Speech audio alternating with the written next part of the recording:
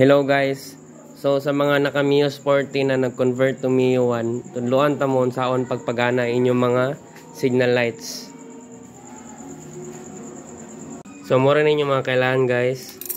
Wire stripper, screwdriver, gunting, electrical tape, diode shrink wrap day. Tapos 4-pin na kaning female socket.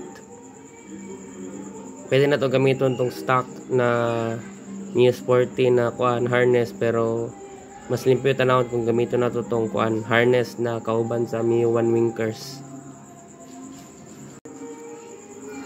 Tantangon na to ni ang leg shield na Mio 1 para natay access sa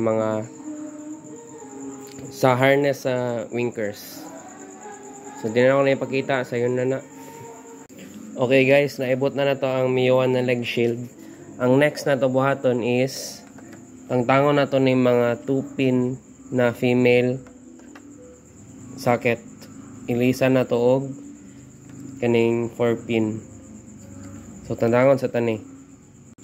Sa pagtangtangan ni mga wire guys, kita mo ng lock kanang gadmay na lock. I-close na ninyo na o i-close ninyo. Tapos mabira na ninyo ng wire. Wala na ako napakita kung giunsa na ako guys. Basta tuklod na ako ng brag lock niya gamit ang gunting. Tapos mabira na nato ng wire. Lisod ko kay kung may isa ka video na guys, naibot na. So giabrin ako balik ang lock guys para makita ninyo. Kani siya ang lock. Kani. So naitabuan na gituklod na ako na siya, gipasirado na siya, gi-close na ako siya.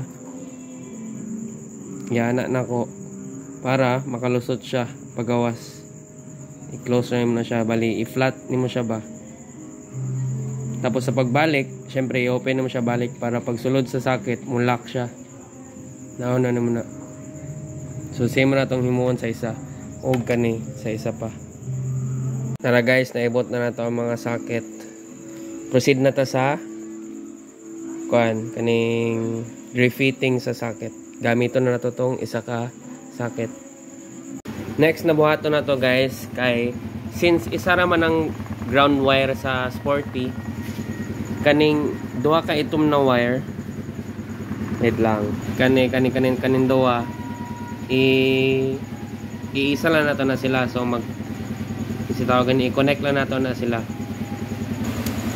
So putlo na to ning isa ka ground wire guys. Putlo na to siya. Dayon panitan na to.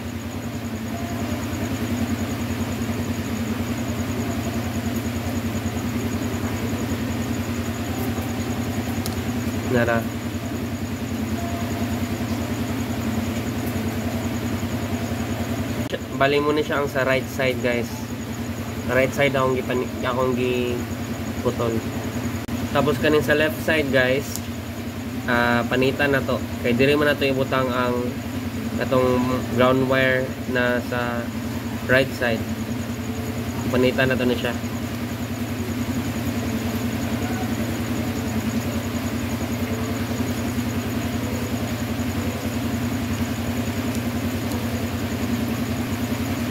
So na guys, napanitan na nako.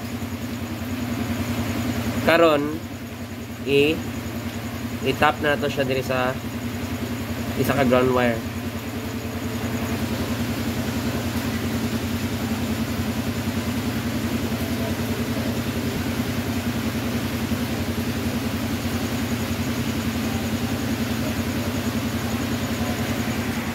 So bali ani itsura guys.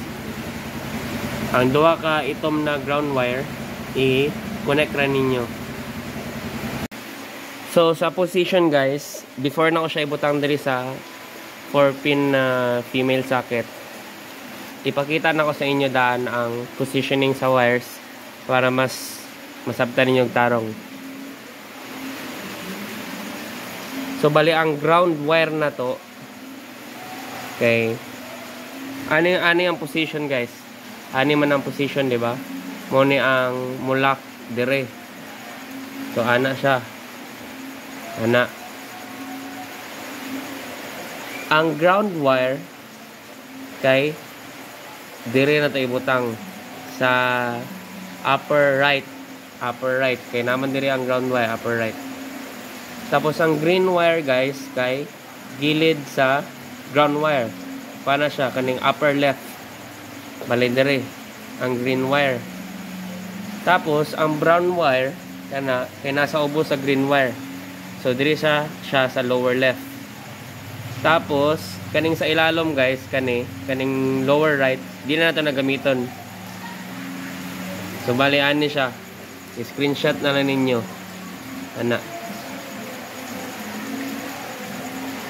Mas makita ninyo. Ana ang position guys. So karon kaning mga wires, ibalhin na to siya diri sa female socket. And dapat kung unsa ang position na karon, ana gyapon ang position dire sa female socket. So ibutang na to ng mga wires karon. So karon guys, but nga na to siya og shrink wrap para mas safe. Then but nga na to electrical tape.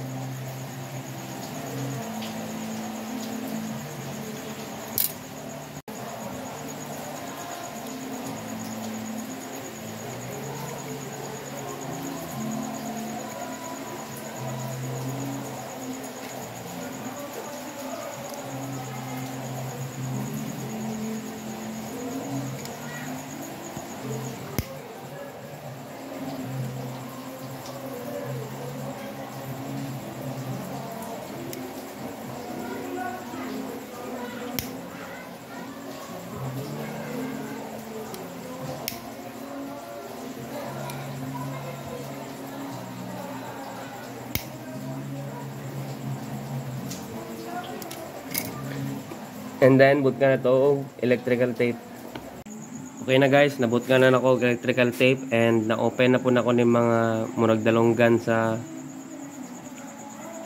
female na basta katong itusok nimo sa female socket. Pwede na to siya ibutang sa kaning 4-pin na female socket. Konde guys, male din siya, male. Kani mo female. So sa pagbutang guys, diba maana man ang posisyon diri sa taas, diri sa upper right ang ground na to kaning itom. Muni katong gibut nga nato electrical tape. Hining diri ang itom. Bali sa pagbalik ani guys, kay ana man ang posisyon dire sa upper right ang itom. Muni katong ground wire katong gibut nga nato electrical tape. Tusok na nato na siya.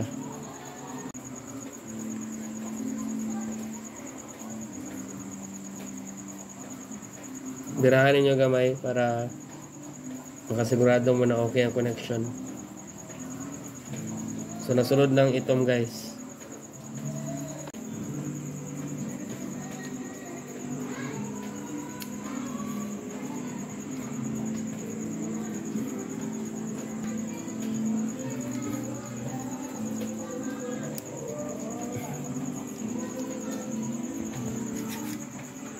So nara guys, mali aning exact position niya. So bali ani ang positioning guys. Muna ang lock sa duha ka sockets. Nasa upper left ang green, nasa upper right ang negative wire or ground or itom na wire. Then nasa ubos sa green ang brown wire. Bali kaning isa ka slot dere kaning nasa lower right, di na ta nagamiton. So ang next guys, kay syempre balik na to siya sa casing. Kaning taas kay sa left position na nato siya, then twist right, twist clockwise. Kaning mobo Okay, sa right.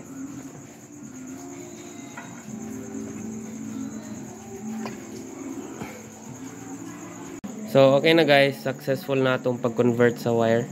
Pwede na ito na siya isalpak.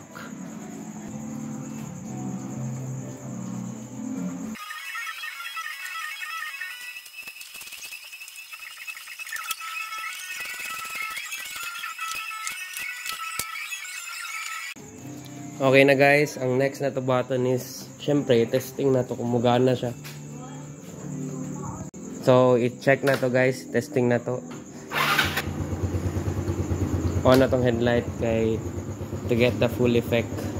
Tapos i-off na to ni suga.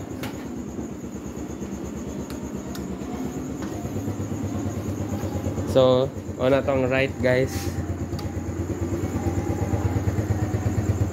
Ganang sa likod. Atubangan. Yan na siya. Off na tong suga. Nara guys. Gana siya. Muna siya ang sa right side. So, ang left, check na ito kung magana. Gana sa likod. Kita mo ninyo na. And then, gana po lang sa right side. Ay, sa left side. So, salamat sa pagtanaw guys. Sa sunod na ko na vlog, tudluhan mo kung saan pag-install sa double contact na LED. So, bali, na siya yung park light plus pag mag-on kag signal light, mugana ka pa ng signal light.